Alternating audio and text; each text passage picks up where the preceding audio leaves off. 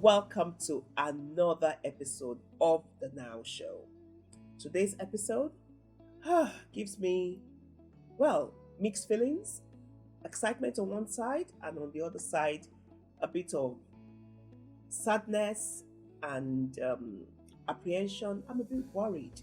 But anyway, we are where we are today. So today's episode is It's a Time to Be Heard. And on the episode with me, I have two people of the younger generation. I consider myself old now. Anyway, joining me on today's episode, my brothers, my friends, so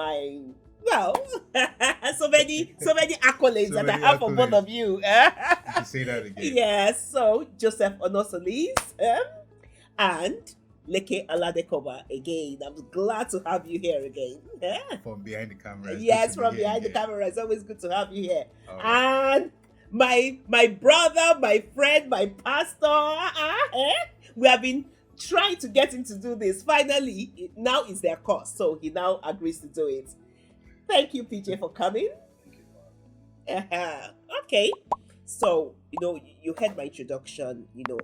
I'm excited, because what is going on now in the nation, because it's not just Lagos, it's all over the nation. Yeah. I mean, it's really, I can't believe the level of organization, the level of, but anyway, I'll leave it to you guys. So, what's going on right now?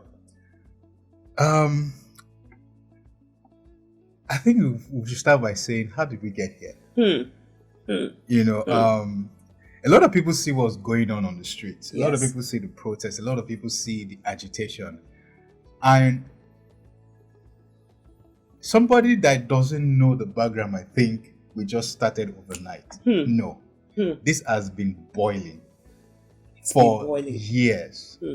This has been boiling for years. And this is, it's like when you're cutting a tree, it is not the last blow of the axe that falls the tree. It's a combination of a lot of things. So I guess I can't say what particularly triggered this last blow, but that last blow has been triggered. And the way we got here is when you constantly neglect doing the basic things for your people.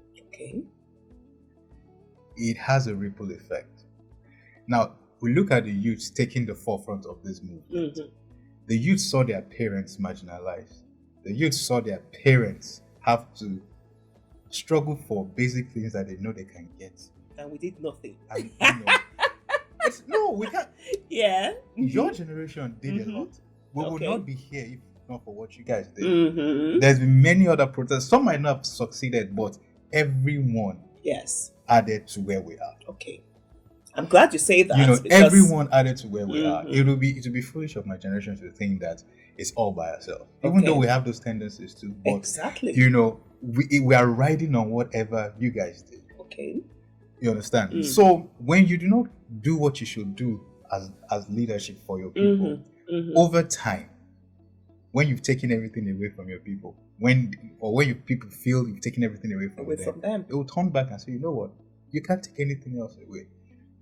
Wow. You don't fight someone who has nothing to lose. You don't fight someone who has nothing to lose. We have nothing to lose. Or rather, I would like to say we have nothing else to lose. You understand? So it's a lot. If we were to talk about everything that led us to where we are, we will not finish. Wow. But let me just summarize by saying that when you neglect to do what should be done, you will reap the consequences. Wow. That's what's happening. So PJ, your own opinion, how did we get here? Okay, so building from where my brother stopped, I think, like I will often say to people, that, with respect to our parents, I think the difference now is we can't even talk about what we are seeing now without appreciating technological advancement. We have never I think this is a very informed generation. And number two, I believe that with the help of technology, the world has now become a very small place. So it's a global village, as it were. A global village. So people see what's obtainable from Nigeria. You can see what's obtainable in America. From Nigeria, you can see what's obtainable in the United Kingdom. You can see what's obtainable like everywhere. So people are now so very informed. And I just want to carefully put this out there that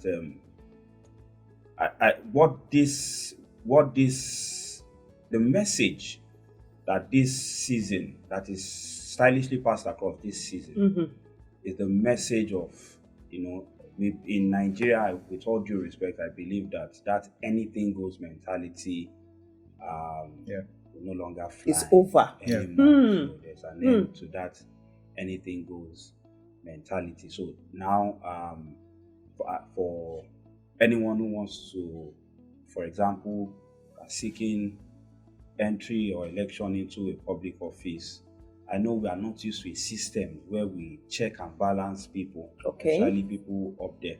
Yes. So the youth, as it were, and the funniest part of this movement is that it's a faceless movement. You can't even put a I love face that. to it. The faceless movement. It's a movement that doesn't even have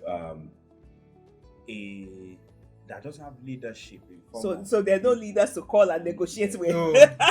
Who sell you out? Because that's what has been happening in the past. They call the leaders to the back. They say they're negotiating, and money exchanges hands, and that's the end of the fight. And you see, when you talk about that faceless thing, what this just goes to prove is that that word leadership is overrated.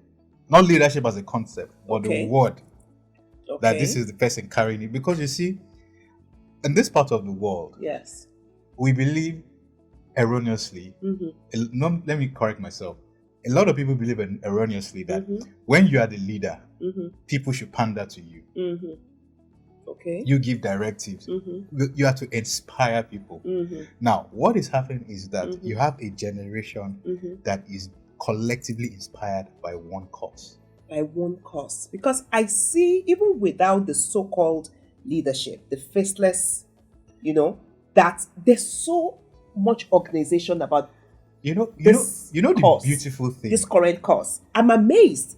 I'm actually very, very surprised. The beautiful thing is that when things like this happen, I try to look at what is being said without being said. Overnight, a medical team, legal team, emotional, mental health team, logistics team, welfare team, and cleanup team was set up. Yes. And it was just every place that this is going on was just replicating it. What does that tell you? This thing called leadership is not rocket science. If something is working, replicate it. If something is working, replicate it. We're so learning. It's and my work. I just hope that our current crop of leaders are looking at what is going on and they're learning. Because it's just a model. Maybe my brother can answer that question. Because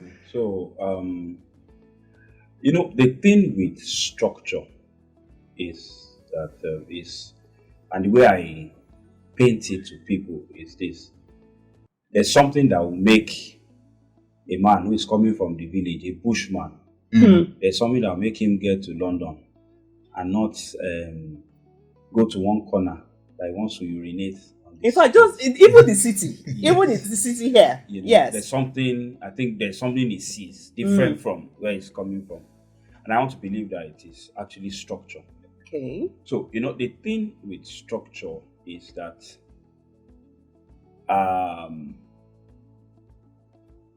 in a place where there's structure and where there's order, ORDER. Yes. I don't think you need to you need to enforce so much. People just come and they key into it. Yeah. So it's structure and order. Yeah. So now what this season is actually telling us is that structure, that order that we have actually been lacking as a nation or as a people. It is possible. It is very possible in the sense that if people at the top, if they can model this thing we are talking about, and also enough of that band that the younger ones are the leaders of tomorrow. I saw this coming many years ago, that the moment you see graduating lists in countries like America, countries like the United Kingdom, and you see that young Nigerians actually topping the chart. So I saw it coming. It's something that is actually long overdue, if you ask me. So you can't see people who are doing so well, even in another man's land. So I think now it's just time to number one, first of all, trust your young people and trust leadership into their hands. Then also maybe the role that our parents should play now is maybe advisory and maybe in the area of counsel, if you ask me. But I believe that with what we have seen, I want to believe that, if you permit me, I see this as a test run to that better Nigeria that we are talking about. Look at the finances, money coming in, everyone, every single penny that came in whatever denomination, dollar, pounds, naira, whatever, Canadian dollars, they are being accounted for. So amazing. So they are being accounted for. There's no form of embezzlement, no form of putting, we have lived with the mindset of one person's agenda overriding national interest or the interest of the entire people. But now we see people who want to, who are more trying to model the fact that my own personal agenda is so small, is nothing, should not even be heard compared to national interest, the interest of the entire group. It's what I consider as winning is if the entire group wins. And that's what we have seen in this season. And I believe that if the young people are given the chance, I think this will be replicated across board. And you said that for me, what's the rest the whole protest on is the issue of the SARS that has been disbanded, the Special Anti-Robbery Squad. And when I heard some of the stories, I was aghast. I could not believe the level of battery, the level of brutalization of people, the level, and I'm like, where have we been? You guys have been experiencing this thing, and the truth is that even some youths are saying that they could not even tell their parents the kind of experiences they were having with this policeman, because you've had girls who have been raped and they can't say to anybody. I was raped last 2 years. They extorted money from me too. I told what my crime, my friend. I'm fresh, not crime. I cannot give birth to a daughter in this kind of country. May they not go rape my daughter tomorrow. May they not go shoot my son tomorrow. Now people begin them, they die for Lagos State. Enter. And for this brutality. What my parents could not do, I did it. Enter. I'm thinking, seriously, in this country, this has been going on? I've been harassed twice. But let's even leave my own story for now. When my story is child's play compared to what a lot of people. I saw a video yesterday. Yes. And of a young girl. I look at that girl and I doubt if she's up to 18 years old. She said she was raped two years ago. Wow. But everything she said at the age of 16. Her last word was what caught my attention. She said, "What my parents couldn't do, I did it." Wow. You see, the issue of SARS, right? If we start to recount the atrocities and the tears, is it the girl that, I don't know if you saw the picture of a girl, she was sitting on a lion statue. She wrapped the flag The of one Nigeria. that her 3 brothers were killed in one day. In one day. How do you, that broke my heart. How do you begin to How'd you do reconcile that that? I have a friend. When he's my go-to person when it comes to travel and destination hacks. And he never mentioned it until when they started and he recounted it. 290,000 was extorted from him. Wow. It's like a lot of people have not even spoken about their experiences. And so when you see the agitation, right, you understand why, 1, the protests continue. Yes. 2, why the youth don't trust what the government is saying. You know, let me use the language that we use. It's audio promise. We've heard it before. Audio promise. You know, the SARS thing, and I'm very careful. You know, it's as a result of a systemic failure. Oh yes. Wow. And I don't think any man, because he carries a gun, is empowered to harass people.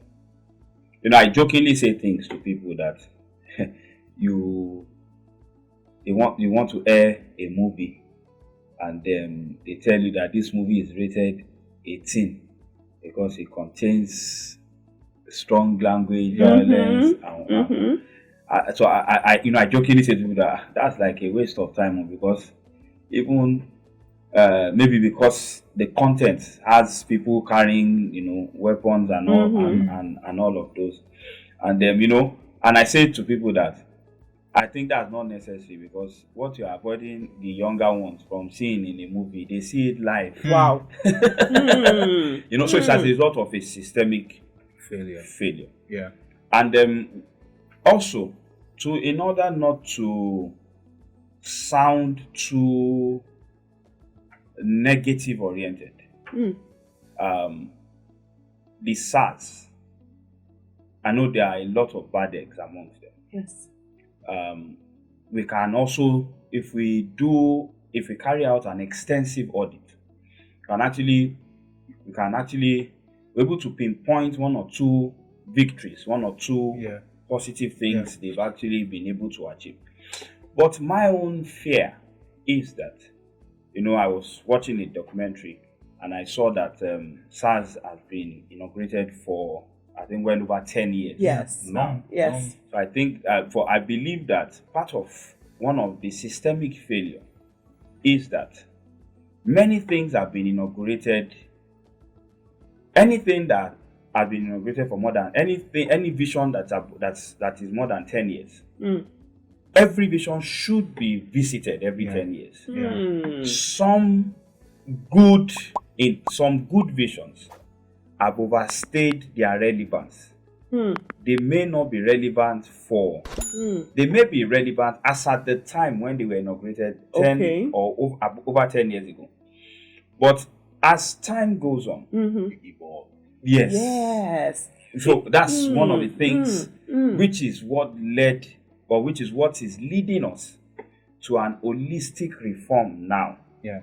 Because this SARS intention in its entirety is not a bad intention. Yes. It's born out of the need to keep, because the biggest contract any government has with its people is to guarantee their lives and safety of its citizens. So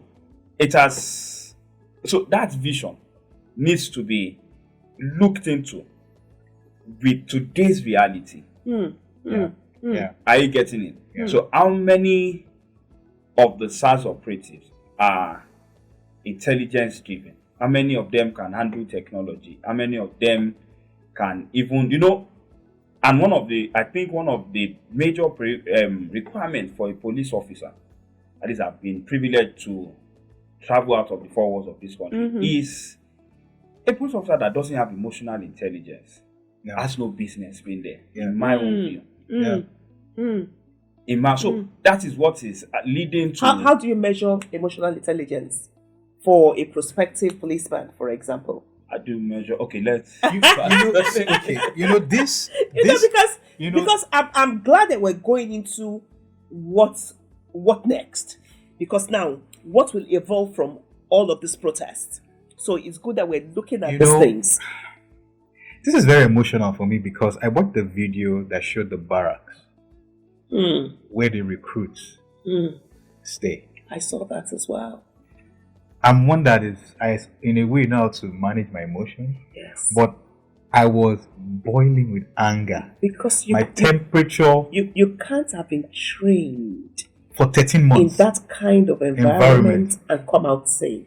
So, talking about emotional intelligence, those 13 months will drain you of any kind of emotional intelligence because you are dehumanized. Dehumanized, that's a word. Once you replicate what you constantly see. So you put somebody in that kind of environment for 13 months and then bring him out and give him a gun. Mind you, he's not being paid properly. He's not being paid properly. You give him a gun to come and protect. Protect what? He's going to want to protect himself. First. So, when we talk about emotional intelligence, it starts from a holistic reform. A huge part of that 13 months should be driven towards teaching the people emotional intelligence. But you know this thing that our parents used to do. If you do not use your medicine, you will not watch cartoons. Right? So it's like a reward-based system. Yes. Now, what is the reward? If I know that after this 13 months, I'm going to be earning something reasonable, commensurate to the kind of work I'm going to be doing, there is a greater incentive that I will put my head down, right? And I will listen to the curriculum that has to deal with emotional intelligence, both in theory and in practice. You understand? When you know that you are being appreciated for what you do. Now, let me give you it. See, it's like I said, it's not rocket science. The protest is going on. People are angry, and some people have died. My condolences to people that have lost those ones. Our condolences. But I saw a video of a traffic warden in Abuja. When the youths were coming, wanted to run, they told him no. They surrounded him. They fed him. Gave him money. You know, hugged him, took selfies and everything. Now, as they were going, the guy sat down. I was in tears.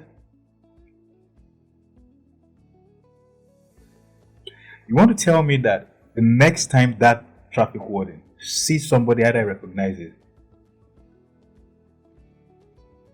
you know the kind of interaction they will have? It will be on a humane level. You go abroad, you're wrong, oh. You've broken the land, they'll still be respecting you. They'll be respecting you, sir. You know you're going to jail, but you understand that kind of thing? Yeah. So, that is very, very important. In as much as we talk about the SARS and everything, you understand? And my people we're doing well, this is what we can do. We cannot forget that the people in the police system are also human beings. Many of them are also youth because they enter as recruits and youths. So this fight is not just for us. It's also for them. It's for them. You know, it's also for them. Yeah. So emotional intelligence has to be part of the curriculum, both in theory and in practice. I've talked about the theory part. The practice part, how do you, when you are on the field, there's a reason why you have partners or you go as a team. There's somebody that's supposed to model it. You learn from them. You understand? You learn from them. Then also on our side, the citizens, right? And we are a generation that if we see you do it, we'll replicate exactly what you're giving to us. If you neglect us, we're not going to listen to you. You listen to us, we'll give you audience. You speak our language, you speak your language.